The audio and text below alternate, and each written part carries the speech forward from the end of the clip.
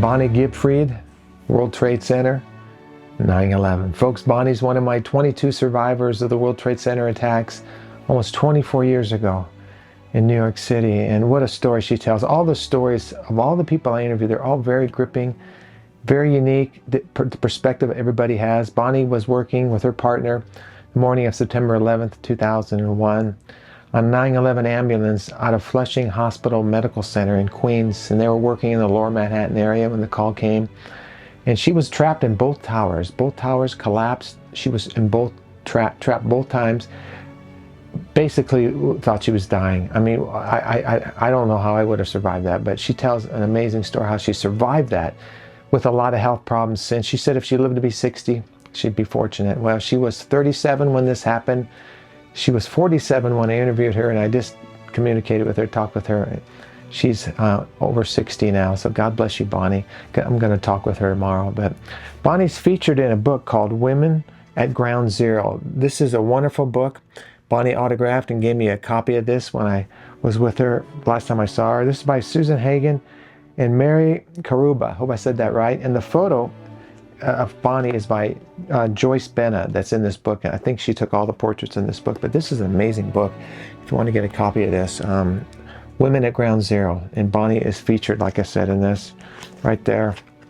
And I'm going to tell her story. We're going to tell her story here. These are the full stories, folks. I've interviewed these veterans. I put together my film, which has had about 1 million views on YouTube, 9/11 Remember, the Day of Infamy.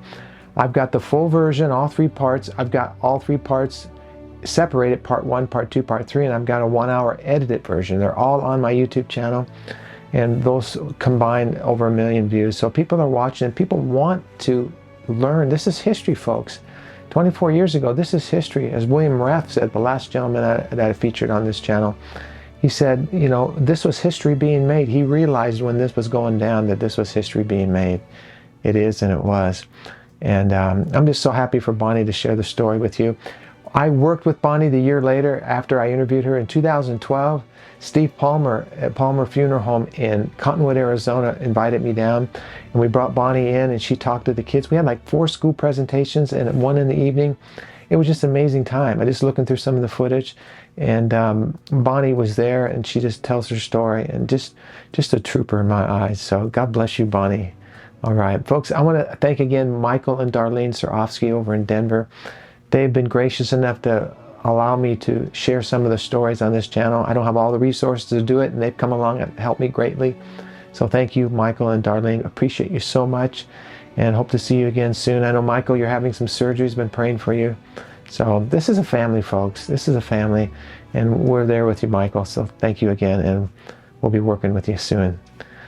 Okay, folks, let's honor Bonnie and all the 9/11 survivors and everybody that survived that day, and in memory of those that didn't make it. And that's what it's all about, lest they be forgotten. If we don't remember, we're going to forget. Let's just don't be armchair patriots. Let's have patriotism 366 days a year. What do you say about that? So, if you haven't subscribed to this channel, I encourage you to do so. There's information in the video description and in the comment section and on my website, LarryCapetto.com. If you want to become a part of this work, it really is a ministry, folks. It's a labor of love. Continues on with no commercials on these channels. People don't understand that. It's distracting. It's disrespectful. I don't do it, and I won't do it. So, unless YouTube just randomly does it, which they shouldn't, there'll be no commercials on these stories. So you can hear Bonnie from start to finish. Okay, that's it. Enjoy the photos. Enjoy Bonnie's story. Hope to hear from you. Like I said, if you haven't subscribed to this channel, do so. God bless you for watching and listening and sharing these stories. I greatly, greatly appreciate it. So I'll talk to you in my next broadcast.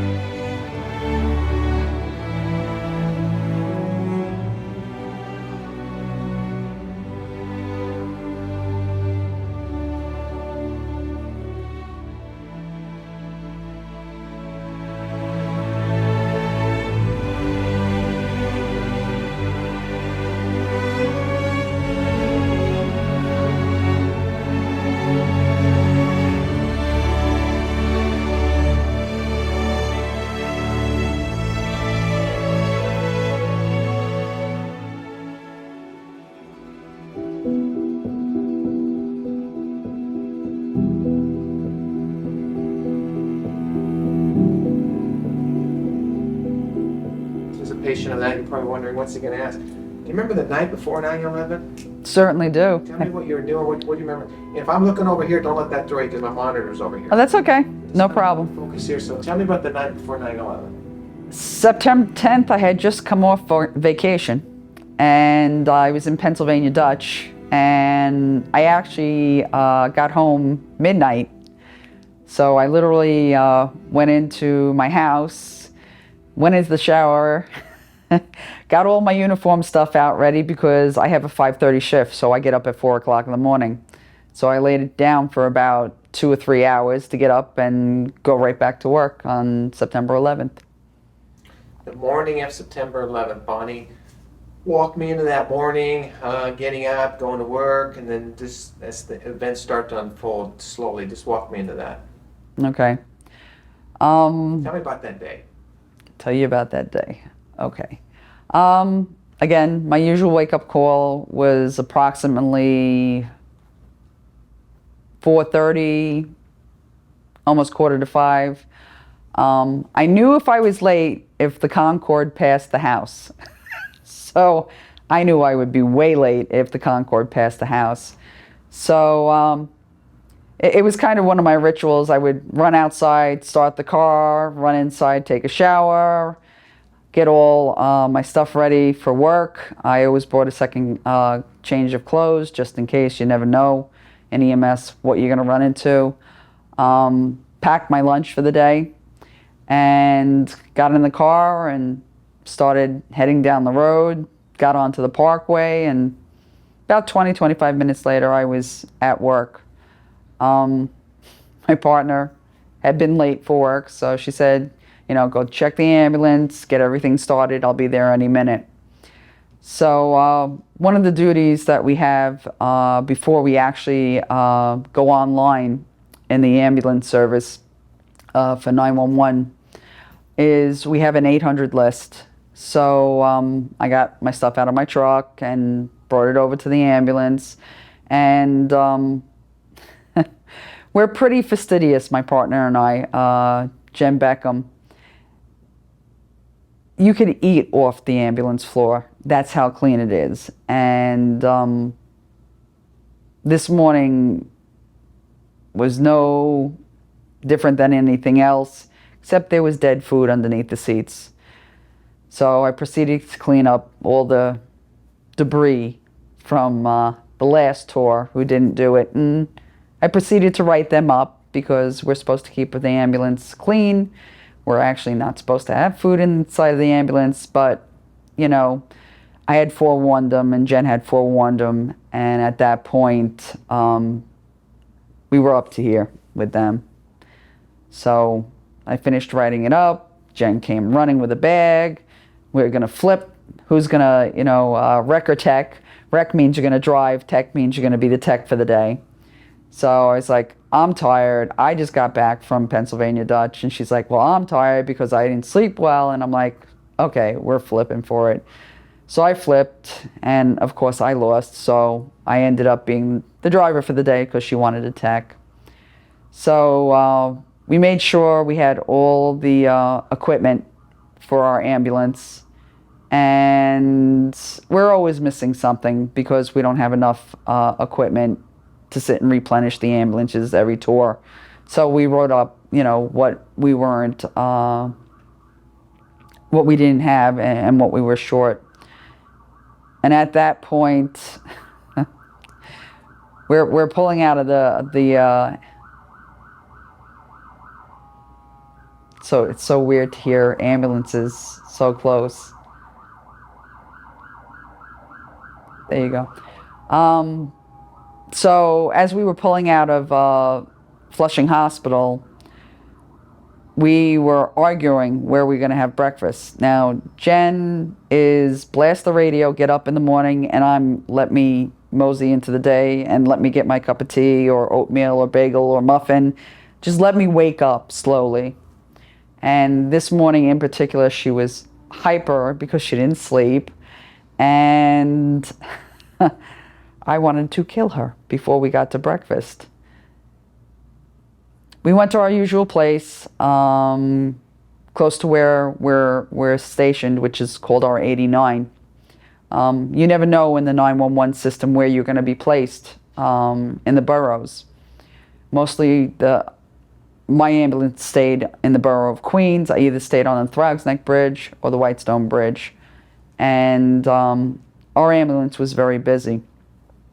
So we got to our favorite deli, and we both decided we wanted oatmeal that morning. So we got oatmeal and, put our usual stuff into it and the cup of tea. And she was just blaring the radio. And I was like, let me wake up, please. I said, I just drove from Pennsylvania, got home at midnight, and got up at 4:30. So please, just let me wake up. So she lowered the radio, and she's like, OCD, let me tell you. She just started fidgeting with everything, and I just wanted to kill her. I just wanted to come into my day.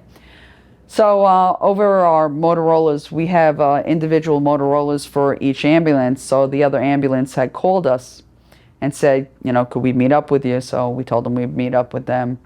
And one of the other EMTs needed to leave early to get to a doctor's appointment on time. So we told her we had her back, no problem.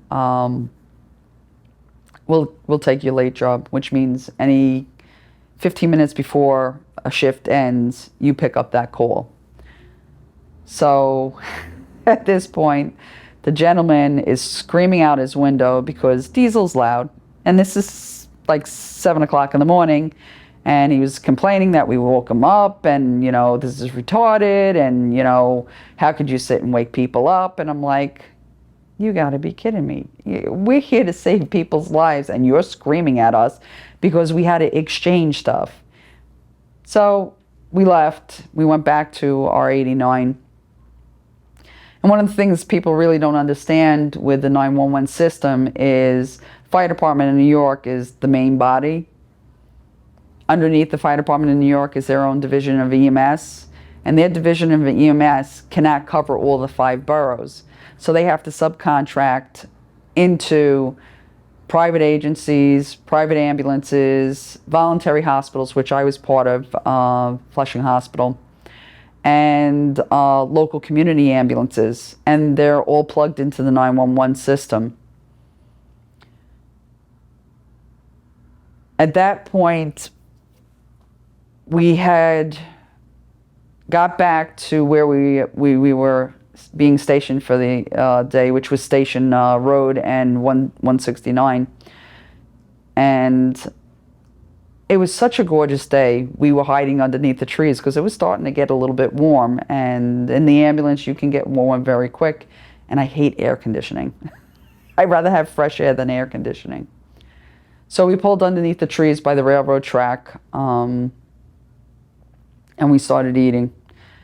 And Jen started turning up the radio louder and louder and later. And I'm like, please just let me wake up. It's about 8:30 now, and we heard something on the regular radio that a plane went into the Twin Towers. And I just looked at Jen. I said, turn the shit off. I said, this is just not even funny. And I'm really not enjoying that, the radio's blaring. And it was shortly after she heard that on the radio that our radio, which was the ambulance radio, just went uncontrollably for an MCI at the World Trade Center. Then it came over citywide, and then we had a secondary radio. So the radios are all blaring at this point saying there's an MCI, which is a mass casualty incident at the World Trade Center, and it was a small plane into the tower. All units, blah, blah, blah, blah, blah. So Jen jumped on the radio and said, 5-2 Frank, let Eddie go home because she needed to go to the doctors. We'll take the call. So we got assigned to the call, and as we were coming down past the hospital, Jen needed to get something out of the car. And at that point, she grabbed everything that she had on the floor, juice boxes, whatever, because we didn't know how long we were going to be down there. And we knew we were going to get overtime and it was just going to be a long day. So at that point, we took off and we headed down to the main highway. And as we got onto the highway, 2 other fire department units were going past us. So we followed the fire department units into the city. And at one point, the traffic had slowed down and they crossed us over onto the other side of the oncoming traffic, which was still oncoming. They had not closed it at that point. And I think that's the first time that we saw the one tower burning. The second plane had not hit at that point. When we came through the tunnel, the Midtown Tunnel, and headed down Broadway, there was a mass dust cloud. And it was kind of confusing because, why would there be such a big dust cloud? We really didn't know what was going on. But I was still following the other fire department units in front of me at that point because we really didn't know where we were going. And that's really sad to say when you work in the 911 system. We did not have our maps on us. So we followed this one fire department unit and we ended up down at South Street Seaport. Now we know we were the wrong way because when we turned around, the Twin Towers were north of us. And I said, we got to turn around and go back to, Broadway. So we wiggled through the streets and went back to Broadway and then started heading down towards the Battery Park. And then at that point, we saw one of the ambulances on Church Street, and it was an ambulance from New York Hospital, Queens. And it was a set of paramedics that we knew, so we stopped. And at that point, we got out and said, this looks really bad, and, good luck for the day. And then this police officer started yelling, you're not staged in the right place where you're supposed to be.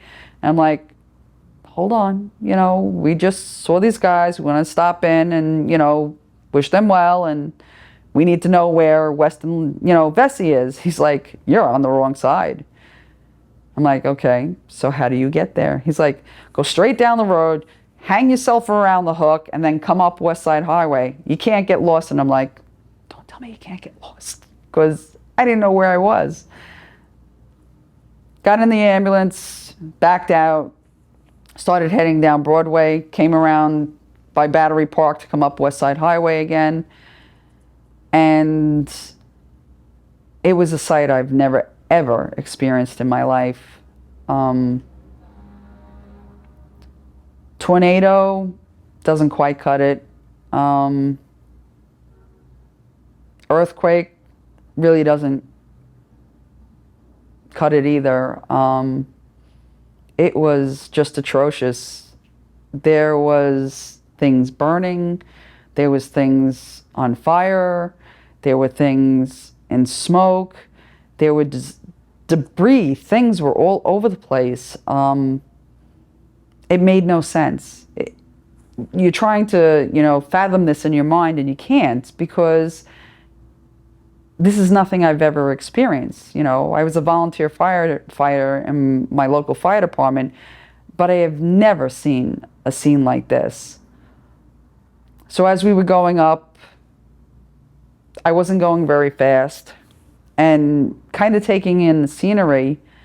And at that point, I ran over someone's leg, foot all the way up to the hip. I knew it was the left leg just by the way it was positioned. And I turned to Jen at that point and I said, I just ran over someone's leg. And there was kind of a disbelief in her face, and I said, no, I just ran over someone's leg. It wasn't a mannequin.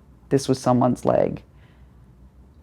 So it got kind of quiet. We kept on going up West Side Highway, and this firefighter jumped in front of us and said, you can't go any further. I said, we're supposed to be on West and Vesey. He says, you got to stay here. We have to start staging ambulances here. We have nobody. So he put us in the middle of West Side Highway and Liberty, and he put us over a manhole cover, which, being in the volunteer fire department and having all the education through going through fire academy and EMS academy, EMS police academy. I knew you didn't want to be anywhere near manhole cover because they're known to blow up in New York. So I backed up the ambulance as much as I could out of the way. And we got out and we started pulling our equipment out.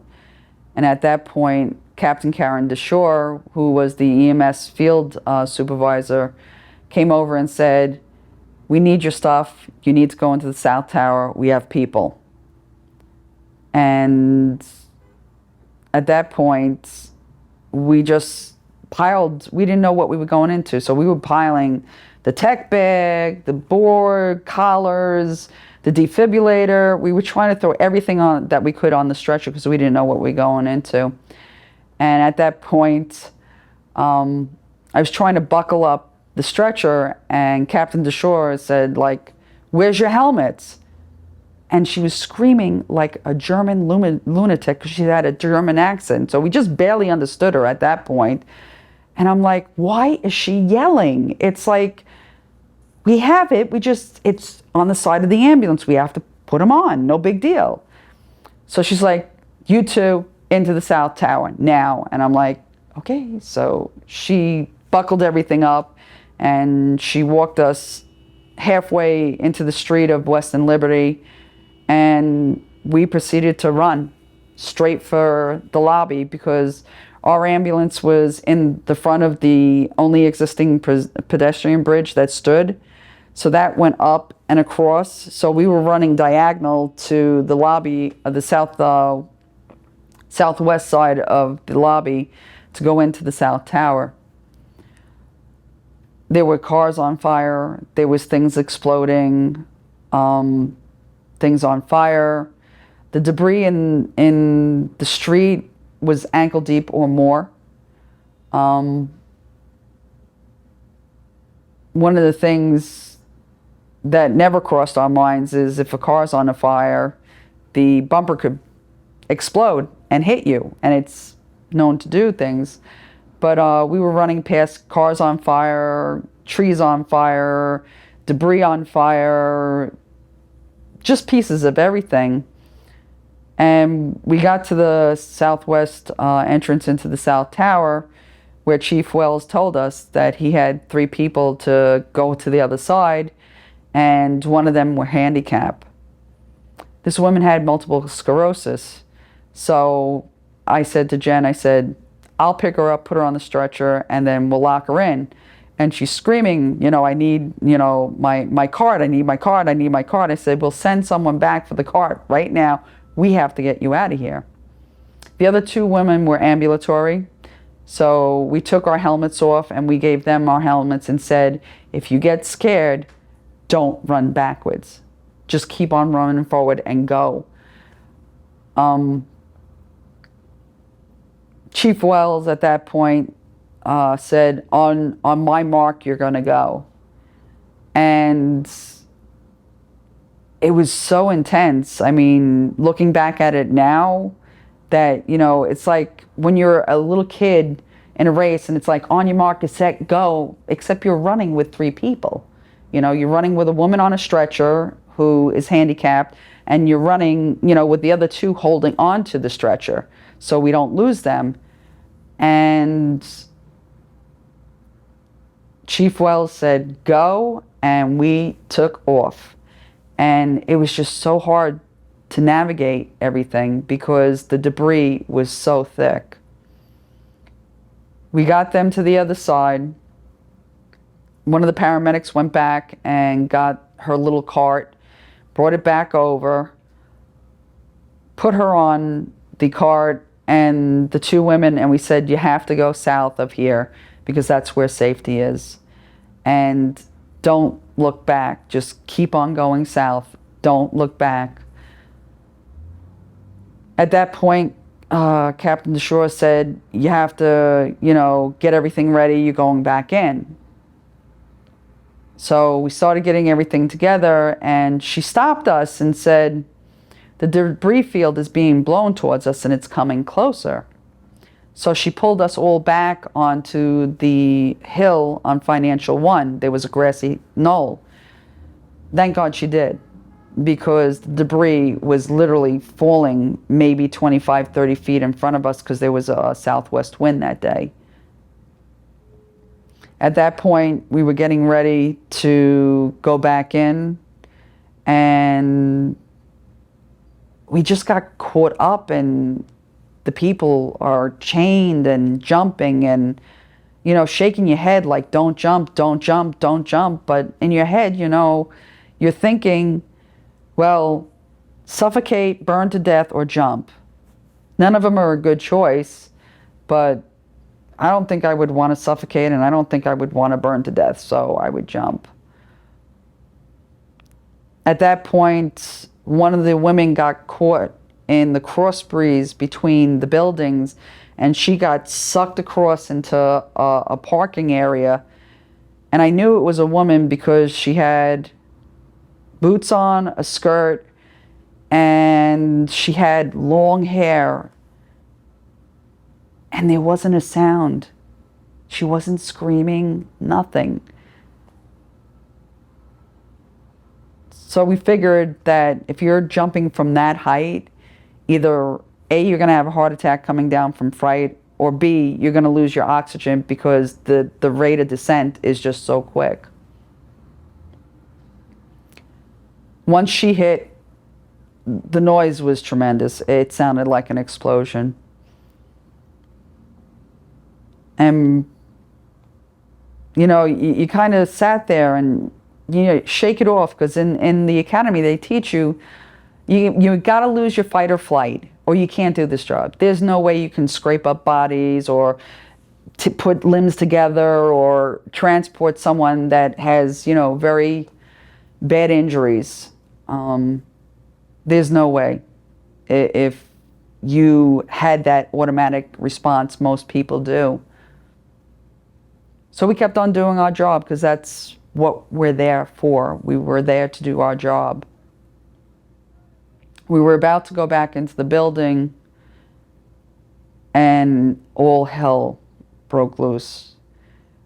The South Tower now is starting to implode. The fireball is following us, so we're running away from a fireball towards Financial One. And at that point, we thought that we were running into the entrance of Financial One, but it was just the way the building was made. The fireball hit Financial One, sheared a part of it completely off, and the area we were in, that section entombed us with all the debris that was coming off of the South Tower as it was imploding. At this point, we're buried alive. There's no way out. We're trying, the guys in the back, you know, I was in the back of the area that we were in, which was probably maybe a 12 by 12 area, and there's about 30 of us. And I'm saying, this is solid concrete I'm pushing against, and it's hot. We're not getting out this way. And they're pushing up in the front and said, this is cold, this must be the window. So everybody started grabbing something and whatever they had, trying to bang the window in the front to get it to break. And our breathing was getting more raspy and more raspy and more raspy. And I remember saying to myself, you know, God, just take care of my family, my friends, and whoever else is out there. Because we were pretty convinced at that point we were going to die. Because we know, especially with our training, that superheated air and a closed area does not hold oxygen very long.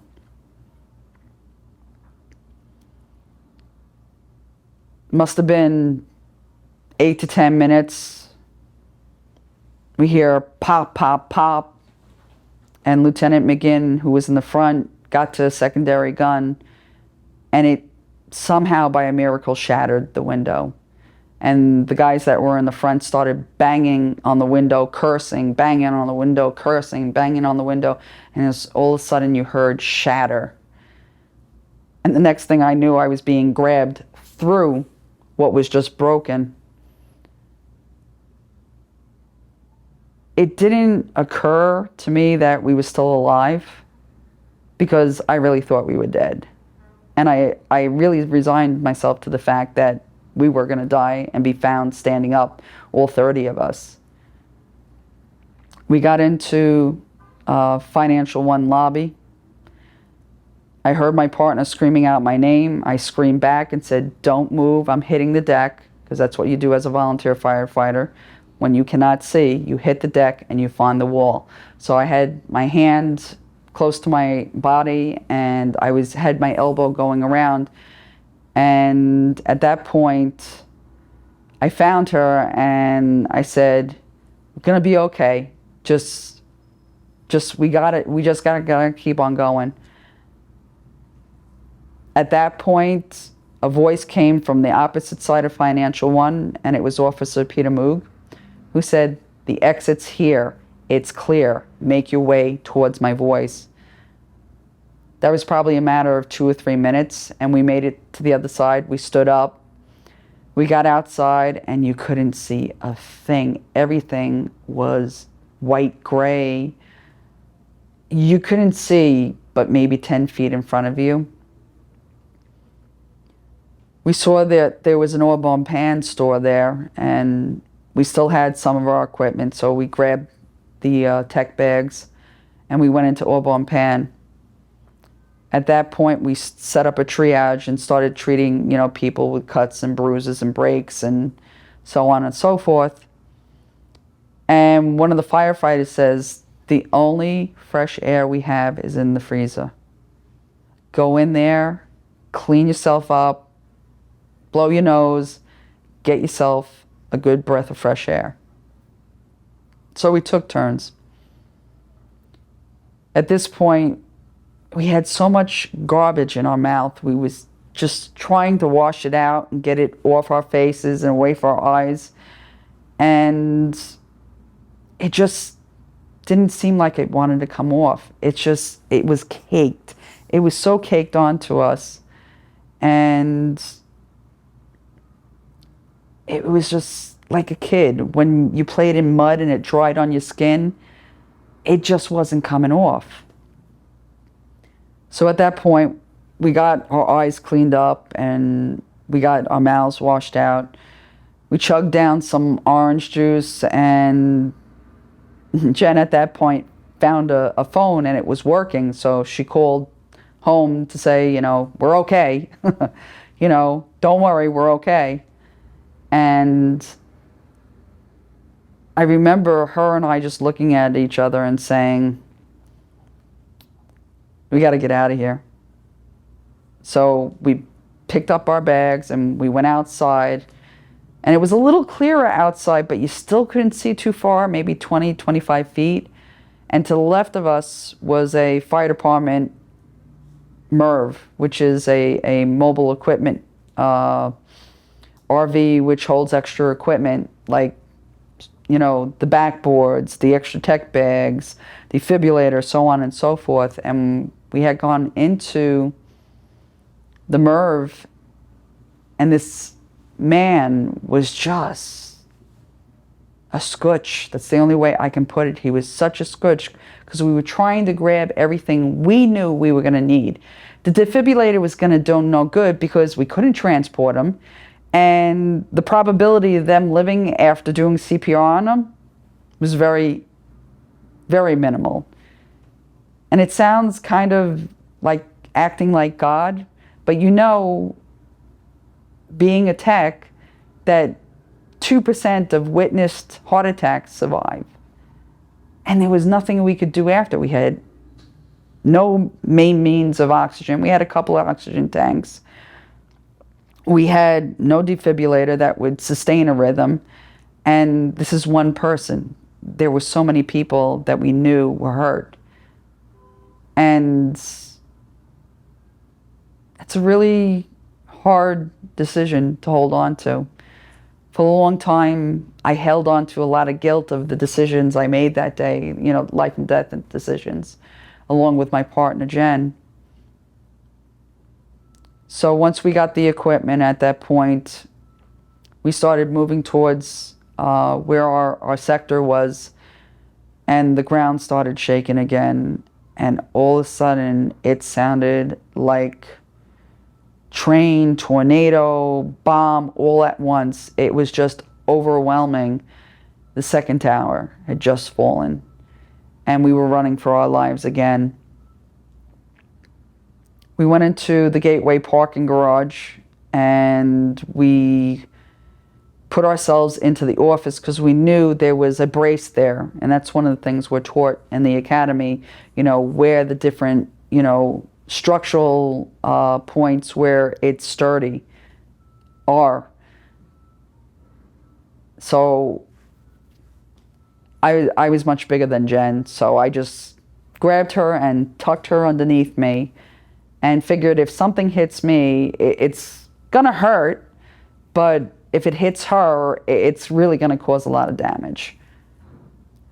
So at that point, the rumbling and everything and the dust coming in and the lights going off completely, we're done.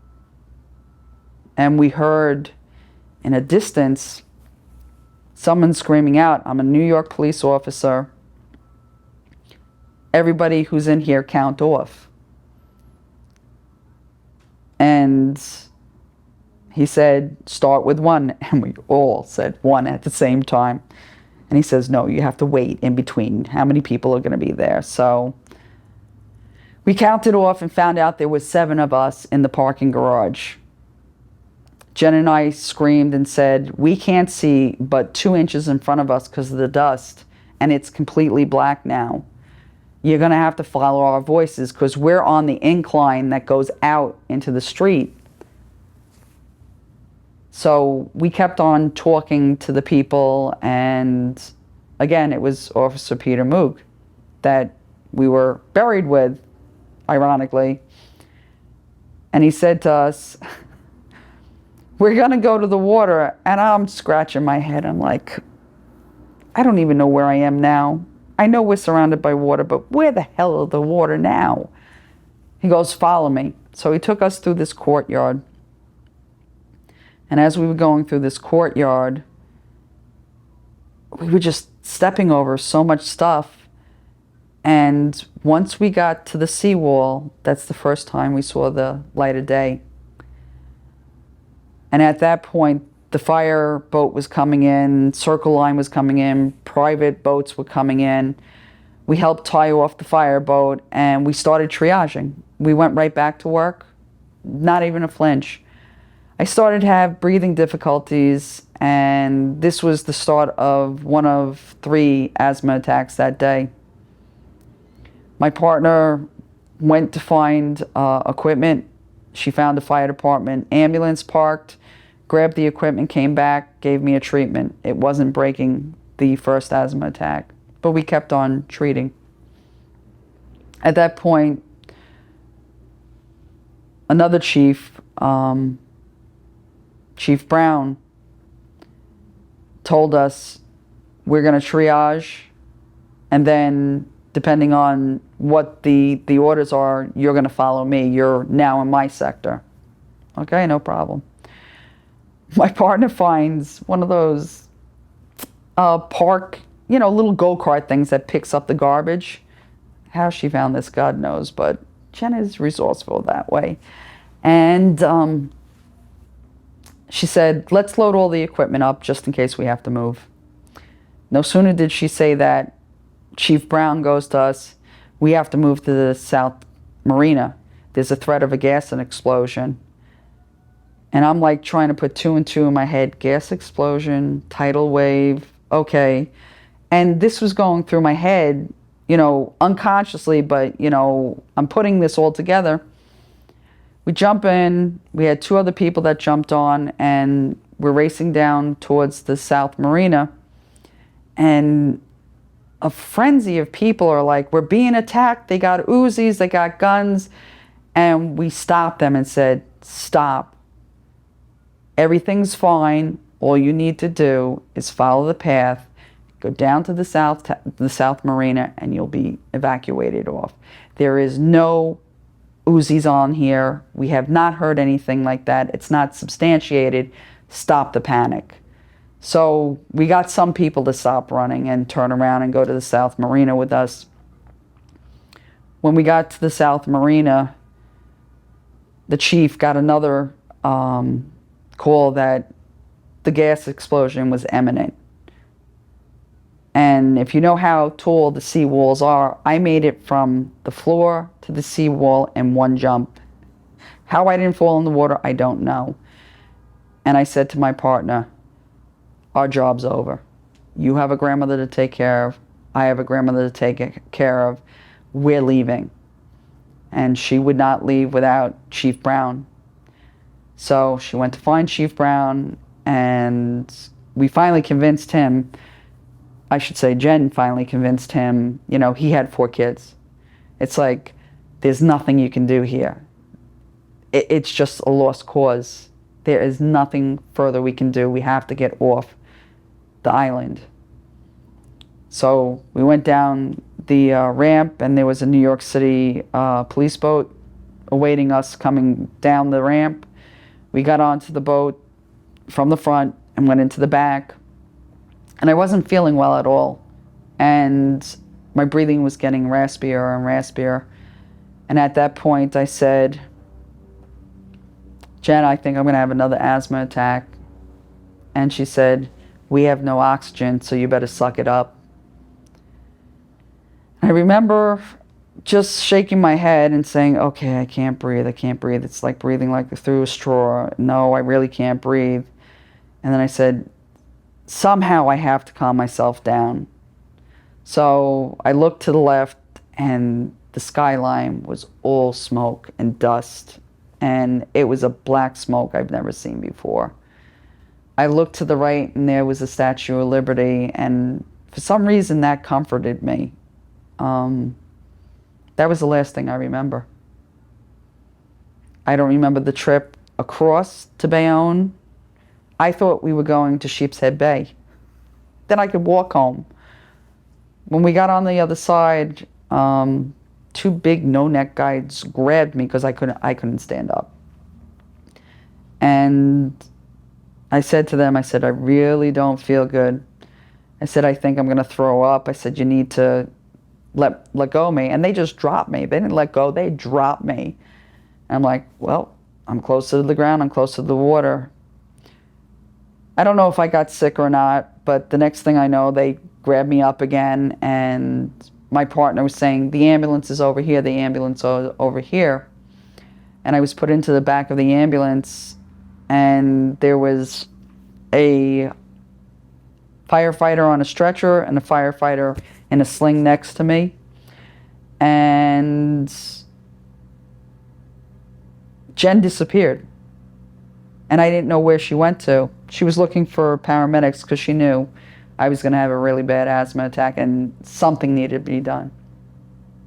Jen came back with the paramedics at that point, and they asked me a whole bunch of questions, and I said, there's not too many things you can give me. I said, because I don't know how I react to different things. So they spiked a bag of Celumedrol, and they stuck it in me, and it kind of took some of the heaviness and of the pain that I had in my chest, helped with the breathing a lot. And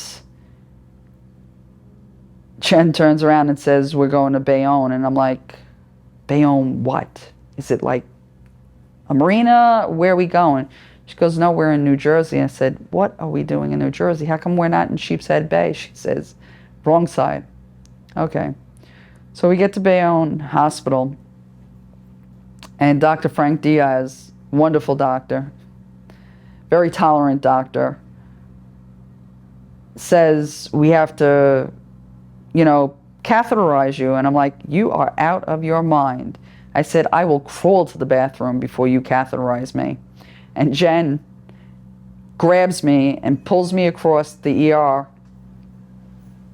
Okay, keep going. And she pulls me across the ER to the bathroom, gets me there, and goes, I'm going to turn around. And I'm like, okay, if it makes you comfortable, turn around. I said, I just have to go to the bathroom. That's it. She's like, that's okay. Just let me know when you're done.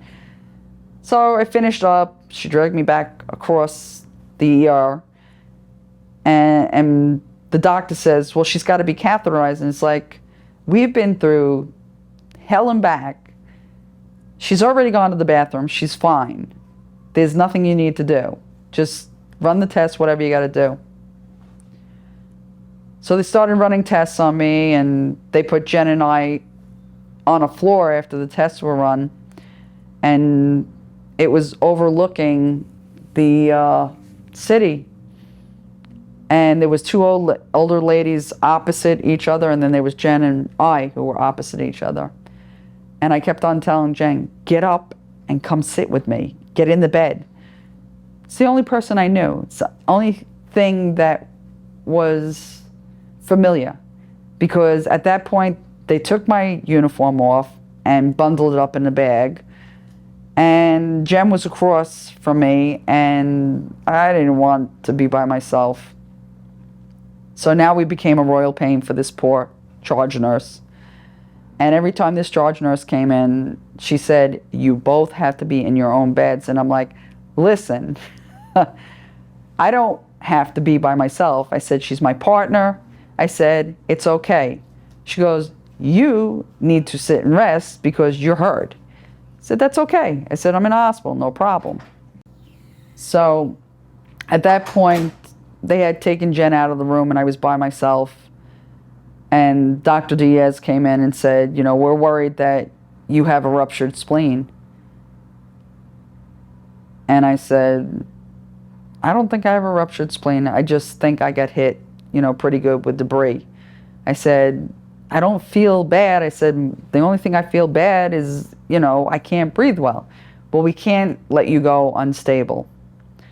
I said, if Jen's leaving, I'm going with her, because that's the way it is. Partners stick behind partners. He goes, I can't release you. I said, release me against medical advice. I said, because I'll leave here bare-assed. I don't care. I'm going home. I said, I have a grandmother. She's got a grandmother. We have people to take care of. Jen came back in and said, well, Jamaica Hospital, which is our mother hospital, is coming with a van. You know, I'm going to go. I said, you're not going without me. I said, you better find me clothes or something. I said, because I'll walk out of here bare-assed. You know I will. So she went and talked to the doctor and said, you know, that the main hospital was coming with an ambulance, and I would be under the care and watched over until we got to the other hospital. Against his better judgment, he let me go. I signed the paper and said, you know, I was going against doctor's orders, but I was being released into, you know, Jamaica Hospital's care, and I would be taken straight to the hospital when I got back to Queens. When you did the triage, what kind of wounds are you seeing? Or did you have time to help to do the triage? I mean, are you seeing burns? I mean, what are you seeing? You couldn't see if it was a burn or not. You know, even if we cleaned it up, we didn't know what we were treating. Someone was saying, ow, it's hot. Well, we know how to treat it. Someone's bleeding, we knew what to do to sit and stop the bleeding. Someone's sitting there and their arms hanging down. Well, we knew to splint it, because at that point it was either sprained, strained, or broken. That was the main things that we saw. A dozen people, 100 people? Are you seeing mass casualties? What do you see? I couldn't even tell you. We were surfacing out people onto the fire boats, onto Circle Line, onto private boats. There was no way of counting 50, 100. But to me, I've interviewed so many corpsmen and medics in combat. It sounds like a war zone. Oh yeah, we were the cavalry that showed up first on the act on terrorism on the United States. Your thoughts on the attack? Murderous, tragedy? Well, give me your thoughts looking back now on that event, and how would you just sum that up and describe that attack that day? War for me is senseless. It's been going on since medieval times, and why should we control someone else or try to capitalize on their resources? There's a way of networking, compromising, and doing it in a civil, human way. 10 years later, Bonnie, I know you've had a lot of health problems. How is your life different today? I had said before I was playing 3 soccer teams, 3 softball teams. I traveled all the United States with both teams. I was playing on a singles racquetball team, and I was playing on a doubles racquetball team, and we traveled all over the United States and Canada. Before all this happened and I ended up going out of work on April 16th, 2004, that was the end of my career. Before that, from 2001 to 2004, my health started deteriorating. I had a major asthma attack on April 16th, 2004, which ended my career. And then I proceeded to get permission to reconstruct my thumb, my wrist, and my elbow because my hand and arm was turning blue. And I was actually in workman's comp when it turned blue. And they said, oh, we'll approve it. At that point, there was so much damage to my arm. I do not have full mobility of the arm, and I also need more surgery here. I need more surgery here. I need other surgeries, but the comp system is horrific. Are you when I say religious, do you have faith in God? How did you get through that hard time? Your training, your faith, trapped twice, certain you're going to die. How did you pull through it, and did you ever have any survivor's guilt? I believe in something other than myself that does watch over. God, Goddess, Buddha, whoever you want to call it. It is what it is. I was spiritual way before 9/11. And being brought up, I was bounced from church to church to church, to temple to temple to temple. So I had some religiosity, but it's more spiritual beliefs within myself, you know. The embers in my soul you can't put out, and my spirit you can't put out. You know, everything around me can go to hell in a handbasket, or you can take away my benefits or my pension or so on and so forth. You're never going to stop me from having a soul or my spirit. You can't quash it. And I get that from my grandmother and my great-grandmother. They were very lively. They lived to almost 100 years old. So they were a really good role model for me.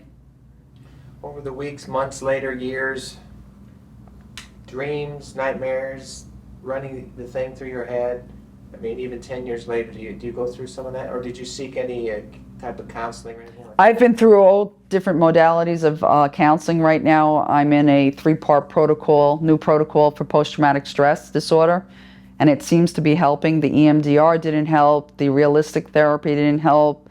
Desensitizing helped to an extent. I have 2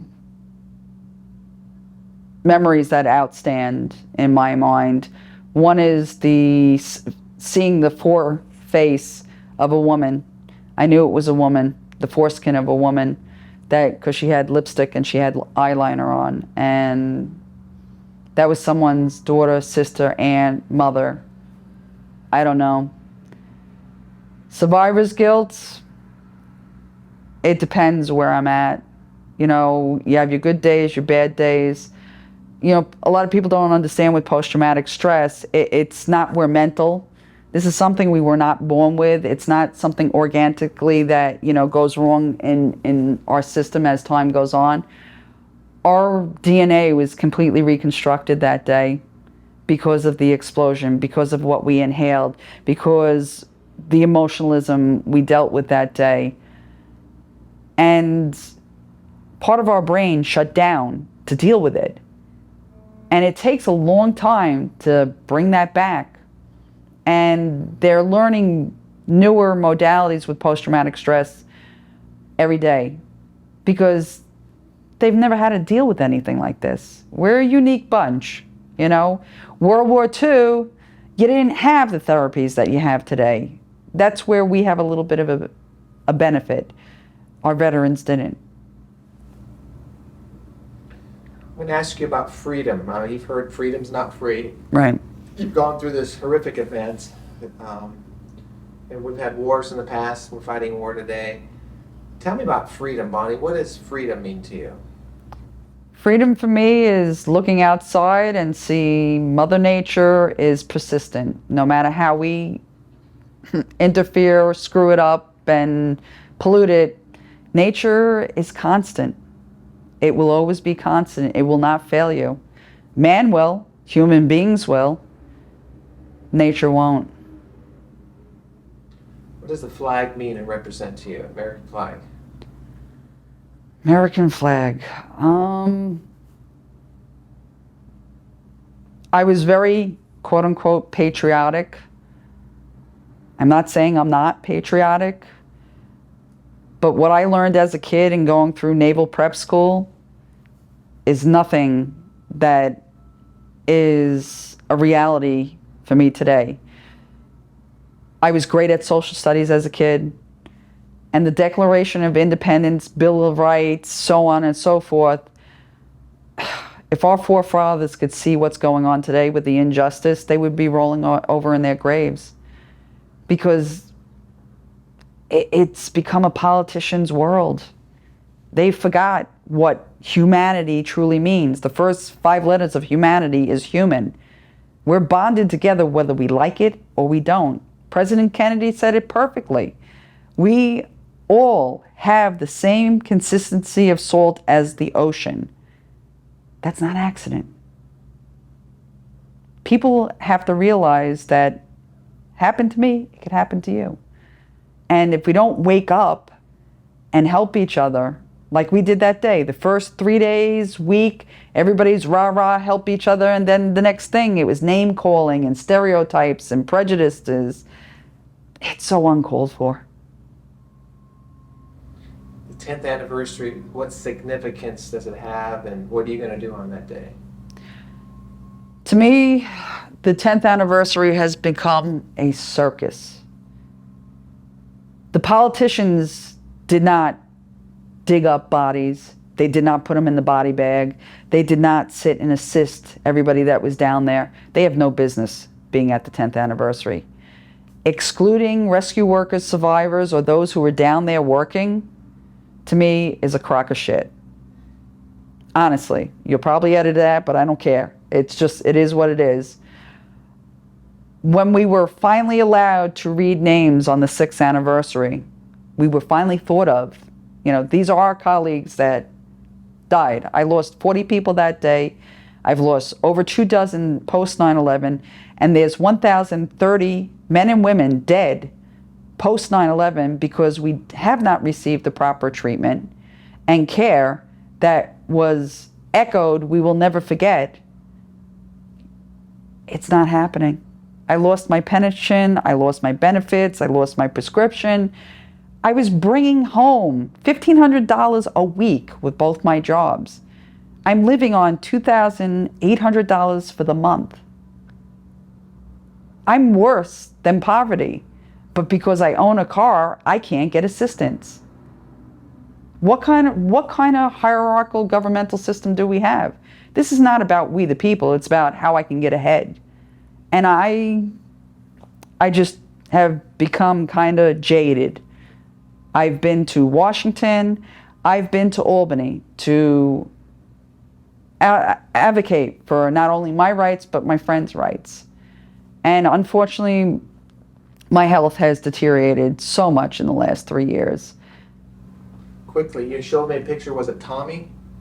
Timmy. Tell me about Timmy, what happened to him? Timmy died in 2006. He drowned in his own fluids because he could not get the proper care or medication. All he needed to do is get the proper medications to deal with the water retention and the gain of weight from steroids. He drowned in his own fluids and had a massive heart attack. And he was injured on 9/11, or he went? He was standing right next to me. So he was one of your guys? Yes.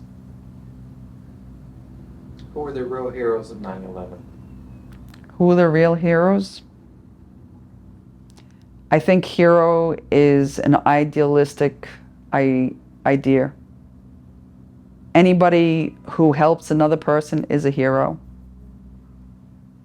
To sit and say the firemen, the policemen, you know what? That day it didn't matter if you were male or female. People seem to sit and focus on the fact it's a man's world. There were many women down there. There were many women that died that day too. Closing thought. Closing thought. It's very sad that the closure is not coming. Whether it's the building of downtown, whether it's proper medical care and treatment for the 9/11 survivors, whether it's benefits that we're due and have not been given to us, it is absolutely a sin that these governmental officials have 2 or 3 houses, baseball players, basketball players making millions of dollars, and not looking at the individuals that are suffering, their families.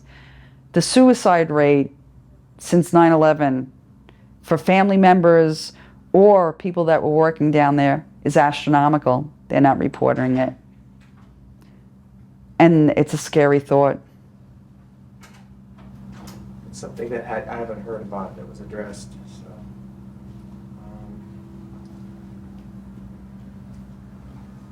I think you covered pretty much what I needed to hear. I don't know how you can describe that day. I mean, I've heard so many adjectives, different ways. People have tried. I've heard one lay person say you can't describe it. I mean, you told me about it, but still, it's like very surreal. I mean, very. It's really interesting that you bring that point up, because there's been a lot of phony claims by individuals that have tainted the 9/11 community. You don't talk about it. You know who's there and who wasn't there. And those of us who were down there, as the shit was hitting the fan and being part of the cavalry, most of us don't talk about it. And if we talk about it, it's privately, one-on-one. We're not saying, oh, I was down there on this time or down there at that time. It's not a badge. I wish I could forget that day and go back to September 10th, where I just returned from a vacation. I'll never get back my health. We're the working dead. We know we have been given a death sentence. Over 250,000 carcinogens we inhaled. A carcinogen and a carcinogen makes death. So we know our time's limited. If I make it to 60, I'll be lucky. I'm 47 now. I'm not going to see the age my grandmother or my great-grandmother saw, 100. And I know that. And it's a painful death. Painful, painful death when you can't breathe and your muscles are hurting and your joints are hurting and you can't walk and you can't breathe. It's a horrible, horrible way to end your life.